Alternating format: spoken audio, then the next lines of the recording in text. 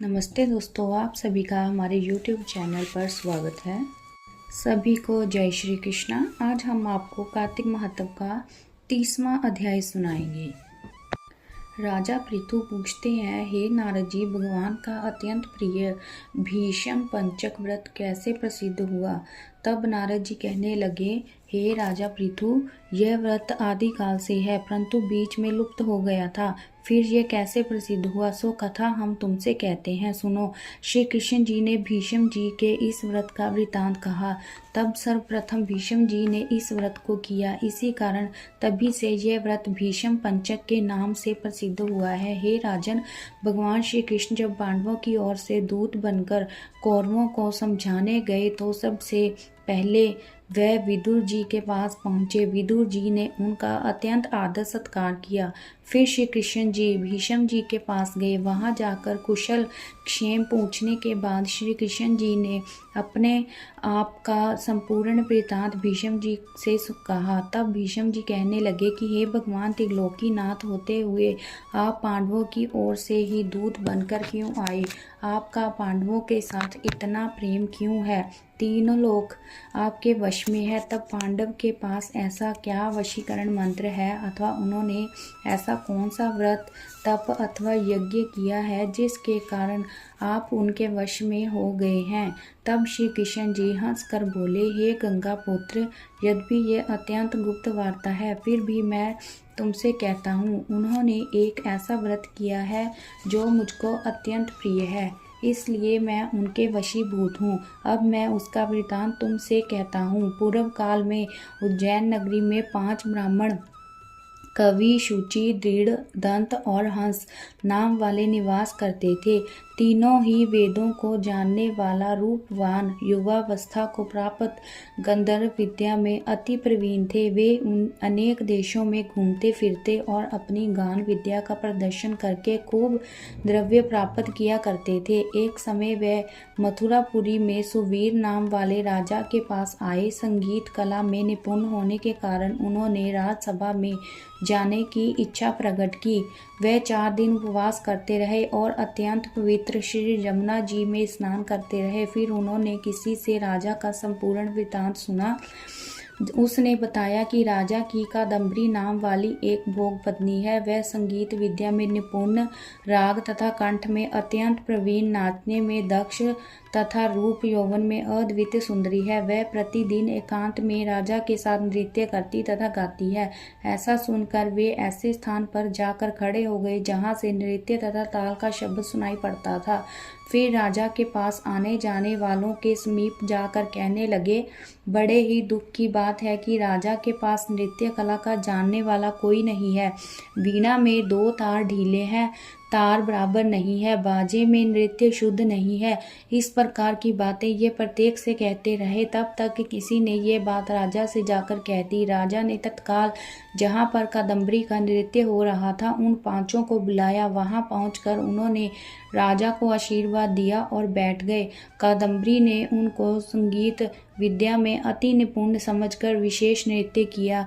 जब उसने चक्र में ताल दिया तब उन ब्राह्मणों ने उसको रोक दिया। उसने चक्र छोड़ा तथा अयोग्य ताल दिया, मगर चक्र खंडित नहीं किया। इस पर कादम्बरी का रूप और गुण देखकर वे 5 उस पर मोहित हो गए। कादम्बरी भी 5 को देखकर उन पर मोहित हो गई।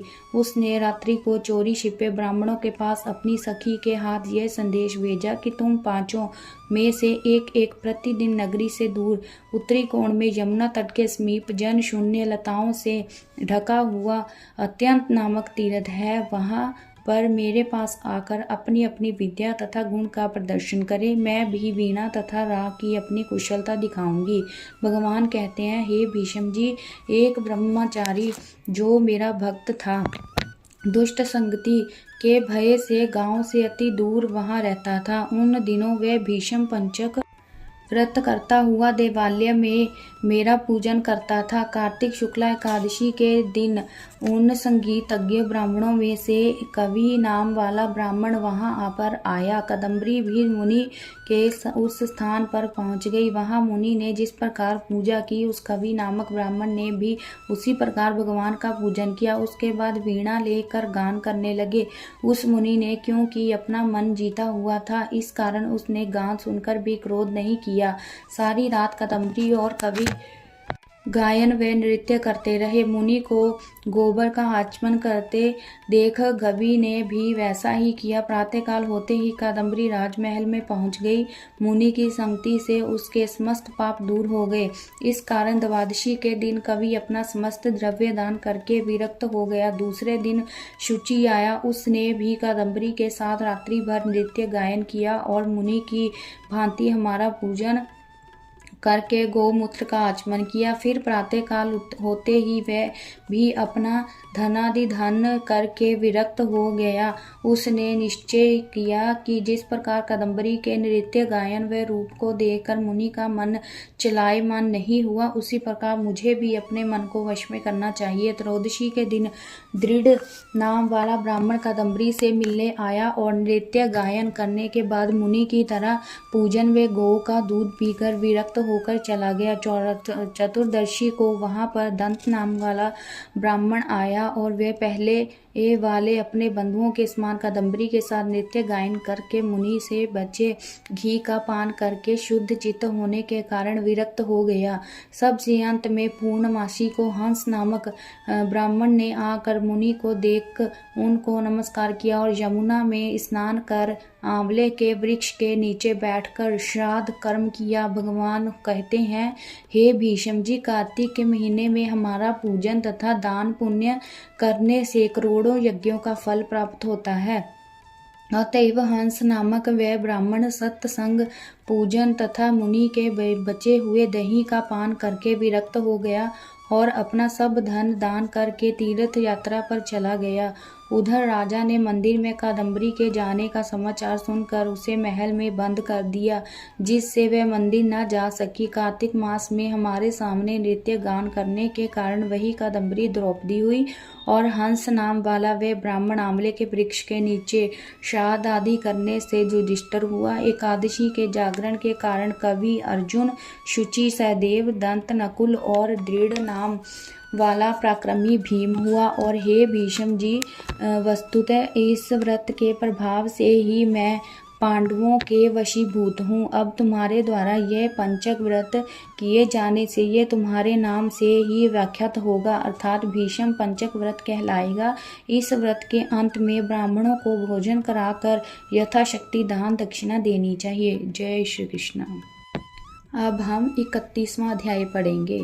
ब्रह्मा जी कहते हैं, कार्तिक शुक्ला एकादशी, जिसको हरि प्रबोधनी एकादशी भी कहते हैं, इस एक व्रत के करने से वाजपेय यज्ञों के से भी अधिक फल प्राप्त होता है तथा जन्म जन्मांतरण के पाप नष्ट हो जाते हैं। जो 4 महीने का चतुर्मास व्रत होता है वह भी इसी दिन समाप्त होता है।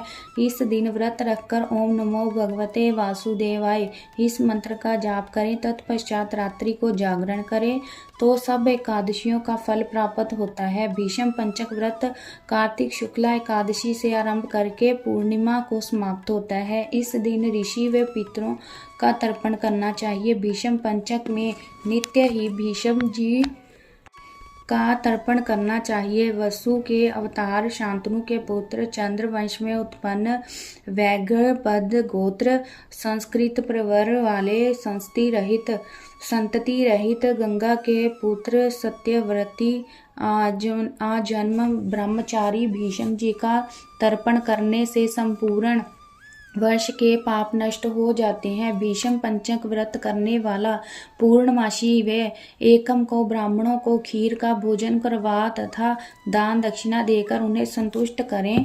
तत्पश्चात आप भी भोजन करें। जय श्री कृष्ण। 32वां अध्याय।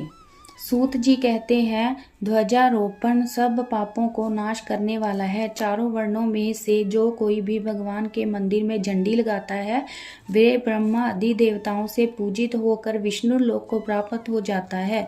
नारद जी कहते हैं कि हे राजा पृथु, हम तुम्हें एक पुरातन इतिहास सुनाते हैं। पूर्व काल में सतयुग में सुमति नाम वाला एक चंद्रवंशी राजा था। यह राजा भगवान के का भक्त, अहंकार रहित, सप्तद्वीप का राजा था। सत्यवती नाम वाली उसकी रानी अत्यंत पतिव्रता थी। वह भगवान के सामने नृत्य किया करती थी तथा कार्तिक शुक्ला द्वादशी को भगवान के मंदिर में ध्वजा बांधा करती थी। एक दिन राजा और रानी को देखने के लिए भीमवांडक ऋषि आए। राजा ने उनका अत्यंत आदर सत्कार किया। तब राजा को ध्वजारोपण करते हुए देखकर मुनि ने कहा, राजन, भगवान को प्रसन्न करने और भी अनेक साधन हैं, परंतु तुम्हारी ध्वजारोपण में इतनी श्रद्धा क्यों है? राजा कहने लगे, हे मुने, एक अत्यंत अद्भुत आश्चर्य युक्त इतिहास है जो मैं आपको सुनाता हूँ। मैं पूर्व जन्म में मालिनी नाम वाला कुमार्गी, ब्राह्मण द्वेषी, महापापी शूद्र था, साथ ही वेश्यागामी भी था। मेरे इन कर्मों को देखकर मेरे बंधु बांधवों ने मुझको त्याग दिया। इसके बाद मैं वन में जाकर एक टूटे हुए विष्णु मंदिर में रहने लगा और वन के मृग आदि जीव जंतुओं को मार कर पेट भरने लगा। इसके पश्चात विंध्याचल पर्वत पर रहने वाली कोकिलिनी नाम वाली निषाद की कन्या, जिसने अपने पति को मार दिया था, भूख से व्याकुल हुई वहां पर आ पहुंची और मेरे साथ ही रहने लगी। संयोगवश कार्तिक शुक्ला द्वादशी के दिन हमने एक कपड़े को बांधकर उसकी झंडी सी बनाई और दोनों मदिरा पान करके उस झंडी जैसे कपड़े को लेकर विहल होकर सारी रात खूब नाचते रहे। सारी रात नृत्य करते रहने के कारण प्रातःकाल हम दोनों की मृत्यु हो गई। तब यमदूत हमें पाश में बांधकर मारते हुए यमराज के पास ले जाने लगे। उसी समय विष्णु भगवान के दूत विमान लेकर आए, वहां पर आ गए और यमदूतों को धमकाते हुए बोले कि तुम पापियों को यमपुरी ले जा सकते हो, परमात्माओं को नहीं। परंतु यमदूत भी अत्यंत क्रोधित होकर कहने लगे कि ये दोनों महापापी हैं, इस कारण ये यमपुरी ले जाने योग्य हैं।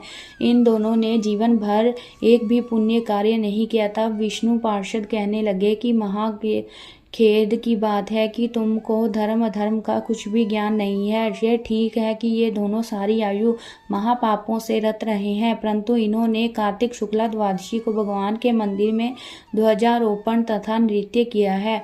अतः अब ये पापी नहीं रहे, इसके संपूर्ण पाप क्षण हो गए हैं। इस कारण ये विष्णु लोक में जाने के अधिकारी हैं, भले ही इन्होंने अनजाने में ही ये सब कार्य किए हैं। इसके पश्चात विष्णु भगवान के दूत उन दोनों को विमान में बिठाकर विष्णु लोक को ले गए। नारद जी कहते हैं कि हे राजा पृथु, अनजाने में भी ध्वजारोपण का ऐसा फल है, तो श्रद्धा के साथ कार्तिक शुक्ला द्वादशी को ध्वजारोपण करता है, उसके फल का तो कहना ही क्या है। इतनी कथा सुनकर विभांडक ऋषि तपोवन को चले गए। जय श्री कृष्ण।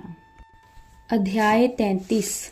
राजा पृथु कहने लगे कि हे नारद जी, अब आप कृपा करके कार्तिक व्रत का उद्यापन विधि सहित कहिए। तब नारद जी कहने लगे कि कार्तिक शुक्ला चतुर्दशी की कार्तिक के व्रत की संपूर्णता के निमित्त उसका उद्यापन करना चाहिए। सारे घर में गोबर का चौका लगावे, तुलसी के ऊपर मंडप बनावे, द्वारों पर मिट्टी के 4 द्वारपाल बनावे। इनका नाम पुण्यशील, सुशील, जय और विजय रखें। तुलसी के समीप सर्वतो भद्र चक्र बनावे, उसके पास पंचरत्न युक्त कलश रखें। श्री लक्ष्मी नारायण की सोने की मूर्ति बनावे। फिर नवग्रह, उपग्रह, द्वैश, दिक्पाल तथा पंचलोकपाल आदि स्थापित करें। सर्वप्रथम स्वास्तिक वाचक बना कर के गणेश एवं विष्णु आदि देवताओं का षोडशोपचार विधि से श्रद्धा पूर्वक पूजन करें। भगवान को सुंदर पीले रंग के रेशमी वस्त्र पहनावें। फिर शय्या दान करें,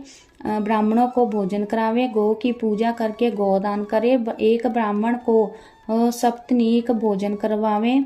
दोनों को ही वस्त्र, भूषण, पात्र एवं दक्षिणा देकर संतुष्ट करें। फिर चरण स्पर्श करके उनका आशीर्वाद ग्रहण करें। यह सब विधि पूर्वक तथा श्रद्धा सहित करने से सभी व्रतों का पूर्ण फल प्राप्त होता है और अंत में विष्णु लोक को जाता है। जो मनुष्य कार्तिक के व्रत को कहता है, सुनता है तथा देखता है, उसको भी व्रत करने के समान चौथे भाग का फल प्राप्त हो जाता है। जय श्री कृष्ण। 34वां अध्याय। सूत जी कहते हैं, यदि किसी में उद्यापन की शक्ति ना हो तो ब्राह्मण को भोजन करा देवें। यदि ब्राह्मण ना मिले तो गौ का पूजन कर लें। यदि गौ भी ना मिले तो पीपल अथवा वट का पूजन कर लेवे। यह सुनकर ऋषि पूछने लगे कि महाराज, वृक्ष तो सभी समान है, फिर पीपल तथा वट वृक्ष को ही श्रेष्ठ क्यों माना गया है? सब सूत जी ने कहा, पीपल विष्णु का, वट शिव का तथा पलाश ब्रह्मा का रूप है। फिर ऋषियों ने पूछा कि ब्रह्मा, विष्णु और महेश ये सब वृक्ष भाव को कैसे प्राप्त हुए? यह सुनकर सूत जी कहने लगे, हे ऋषियों, एक समय शिव जी पार्वती जी सहित एकांत में विराजमान थे कि उस समय देवताओं द्वारा भेजे गए अग्निदेव द्वारा उनके एकांतवास में कुछ विघ्न उपस्थित हुआ। तब पार्वती जी ने क्रोधित होकर देवताओं को श्राप दिया कि तुम वृक्ष रूप हो जाओ। तब विष्णु जी गया में जाकर पीपल, शिव काशी में अक्षयवट और ब्रह्मा जी पलाश रूप में हो गए। तभी से पीपल और वट का पूजन होता है। तब ऋषियों ने पूछा कि रविवार को पीपल का पूजन क्यों नहीं होता और शनिवार को अवश्य होता है?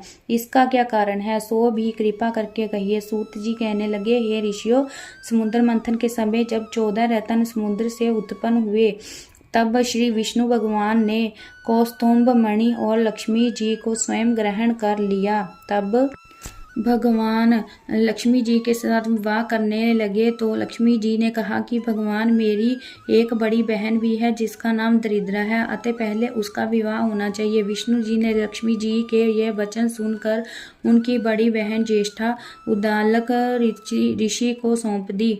दरिद्रा का काला रंग तथा लाल नेत्र, बिखरे बाल उद्दालिक मुनि भगवान की आज्ञा मानकर दरिद्रा को अपने आश्रम में ले आए।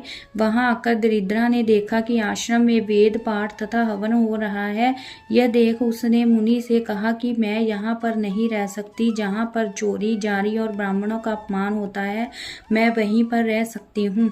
उसकी यह बात सुनकर उद्दालक ऋषि अति दुखित हुए और उन्होंने वहीं पर छोड़कर चले गए और कह गए कि मैं तेरे लिए कोई स्थान देख कर आता हूँ। दरिद्रा ने बहुत देर तक ऋषि की प्रतीक्षा की, किंतु उनके ना आने पर वह रोने और चिल्लाने लगी। तब लक्ष्मी जी ने भगवान से कहा कि हे भगवान, बहन दरिद्रा ऋषि द्वारा त्याग किए जाने पर अत्यंत दुखी होकर रो रही है, अतः पहले आप उसे जाकर शांत करिए। तब भगवान लक्ष्मी जी सहित वहां पर गए और कहने लगे कि तुम पीपल में निवास करो। पीपल हमारा ही अंश है। जो कोई कार्तिक सुदी पूर्णिमासी को पीपल का पूजन करेगा वह तुमको ही प्राप्त होगा, उसके यहाँ लक्ष्मी का वास होगा। जो शनिवार को तुम्हारा पूजन करेगा और सूत लपेटेगा उसके समस्त मनोरथ सिद्ध होंगे, परंतु दूसरे दिन अर्थात रविवार को जो तुम्हारा स्पष्ट करेगा वह दरिद्री हो जाएगा। इतना कहकर भगवान अंतर ध्यान हो गए। सूत जी कहते हैं, जो कोई भी इस कथा को कहता या सुनता है उसको प्रयाग तथा बद्रिकाश्रम तीर्थ जैसा फल प्राप्त होता है। जय श्री कृष्ण। अध्याय 35। शौनक ऋषि पूछने लगे कि सूत जी, दूसरे का दिया हुआ पुण्य भी लगता है या बिना दिया हुआ पुण्य मिलता है? तब सूत जी कहने लगे कि बिना दिए हुए भी पाप पुण्य दोनों मिलते हैं। सतयुग में एक के पाप और पुण्य के कारण सारे देश को पाप और पुण्य मिलता था। त्रेता में ग्राम को तथा द्वापर में कुल को मिलता था, परंतु कलयुग में केवल करने वाले को ही पाप और पुण्य मिलता है। एक पात्र में भोजन करने वाले को पाप व पुण्य का आधा आधा भाग मिलता है। दूसरे की निंदा करने वाले, सुनने वाले अथवा चिंतन करने वाले को भी पाप पुण्य मिलता है। दूसरे के द्रव्य को चुराकर दान देने वाले को पाप मिलता है। पाप या पुण्य का उपदेश देने वाले को छठा अंश प्राप्त होता है। प्रजा का छठा अंश राजा को मिलता है। शिष्य के गुरु, पिता से पुत्र शिष्य से गुरु, पिता से पुत्र, स्त्री से पति भी 6वां अंश पाते हैं। स्त्री पति का आधा पुण्य पाती है। इस प्रकार बिना दिए भी पाप तथा पुण्य एक दूसरे को मिलता है। इसके अनुसार एक अत्यंत पुण्य देने वाला इतिहास सुनाते हैं। पूर्व काल में उज्जैनी नामक नगरी में ब्रह्मा कर्म से भ्रष्ट, पापी, दुष्ट, बुद्धि, रस, कमल तथा खाल बेचने वाला, झूठ बोलने वाला, जुआरी, मदिरा पीने वाला, वैश्यगामी, धनेश्वर नाम वाला एक ब्राह्मण रहता था। वह क्रय विक्रय के हेतु अनेक नगरों में घूमता फिरता था। एक समय वह महिष्मती नगरी में गया और माल बेचने के लिए वहां पर 1 मास तक ठहरा। एक दिन उसने नर्मदा नदी के तट पर जप करने वाले ब्राह्मणों को देखा। पूर्णिमा को गो ब्राह्मण का पूजन और दीपदान भी देखा। सायंकाल श्री शिवजी का दीपदान महोत्सव देखा। कार्तिक पूर्णिमा को दान, हवन और जप करने वाले अक्षय फल को प्राप्त होता है। महादेव जी और विष्णु में अनंतर मानने वाले का समस्त पुण्य निष्फल चला जाता है। धनेश्वर यह सब उत्सव देखता रहा। उसी रात को एक सर्प ने उसे काट लिया। तब कुछ मनुष्यों ने उसके मुख में तुलसी दल और नर्मदा का जल डाला। इसके पश्चात वह मृत्यु को प्राप्त हो गया। यमराज के दूत उसे मारते पीटते हुए यमपुरी ले गए। वहां चित्रगुप्त ने उसको क्रोध की दृष्टि से देखते हुए यमराज से कहा कि यह घोर पापी है, इसने आजीवन एक भी पुण्य कार्य नहीं किया है। तब यमराज ने आज्ञा दी कि इसको खोलते हुए तेल में कड़ाव में डाल दें, फिर मुदगरों को मार लगा कर कुंभी पाक नरक में डालो। परंतु जब उसको तेल में डाला गया तो खोलता हुआ तेल एकदम शीतल हो गया। दूतों ने तत्काल जाकर यह बात यमराज को सुनाई तो वे भी आश्चर्यचकित हुए। ठीक उसी समय नारद जी यमराज भी सभा में आ पहुंचे और यमराज से पूजित होने के बाद वे कहने लगे कि हे यम, यह धनेश्वर महापापी होते हुए भी कार्तिक मास का व्रत करने वालों के सत्संग के प्रभाव से पुण्य आत्मा हो गया है। भक्तों द्वारा नर्मदा का जल और तुलसी दल इसके मुख में छोड़े गए। साथ ही विष्णु का नाम इनके कान में पड़ा। इन सब के कारण इसके पाप नष्ट हो गए हैं। इतना कहकर नारद जी ब्रह्मलोक को चले गए। उधर धनेश्वर कुबेर का अनुगामी धन यज्ञ हुआ, जिसके नाम से अयोध्या में भगवान गदाधर नाम का तीर्थ विख्यात हुआ। कामना युक्त पाप गीला तथा कामना रहित पाप सूखा कहा जाता है। कार्तिक मास के व्रत के प्रभाव से मनुष्य द्वारा किए गए सूखे तथा गीले दोनों प्रकार के पाप नष्ट हो जाते हैं। जय श्री कृष्ण। इस प्रकार हमने आपको कार्तिक महात्म के 35 अध्याय सुनाए हैं। तो आशा करते हैं आप सभी को हमारा ये सुनाया हुआ कार्तिक महात्म पसंद आया होगा। अगर आपको ये सब पसंद आया है तो प्लीज़ हमारे चैनल को सब्सक्राइब, शेयर और लाइक ज़रूर करें। धन्यवाद।